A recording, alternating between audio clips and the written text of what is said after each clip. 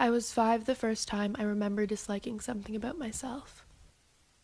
The resentment I used to feel towards myself for being half white, half of what made up my entire elementary school, is something that I cannot forget. Doing a project on different countries in the 2nd grade and being delegated the researcher of China solely because no one else wanted it and I was its only representative in the entire school. Writing my middle name in the way that is familiar to those I grew up with rather than in its proper spelling, and hating the shape of my eyes when kids would tug at the edges of their own and tell me that we looked alike. But the men who began to stop me on the street and say, "Hey, what's your mix?" as soon as I turned 13, and the boys who approached me at parties, glassy-eyed and smiling stupidly, as they questioned my background as a means of introduction, suddenly made me feel okay with the fact that I lack a certain purity. And though this idea of purity is false, I can't shake the sense of disappointment in myself that lived in my stomach until I was 13.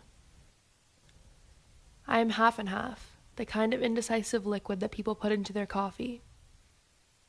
But I don't know what upsets me more. That as a girl in grade 2, I thought being pure meant being white, or that I finally felt okay with myself as soon as men began to notice me. You be the judge. My dad gave me half of a Chinese identity and arteries that are nearly overflowing. A doctor told me that my head could explode at any second, and that nothing can really be done but to take 2 small capsules a day.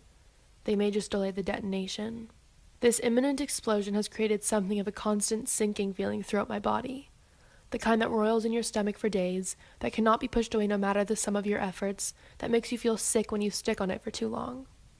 I sometimes imagine waking up without knowing that today is the day, the one that my brain will kill me on. There isn't so much a sense of dread surrounding the actual event, but rather the knowing that the event will occur.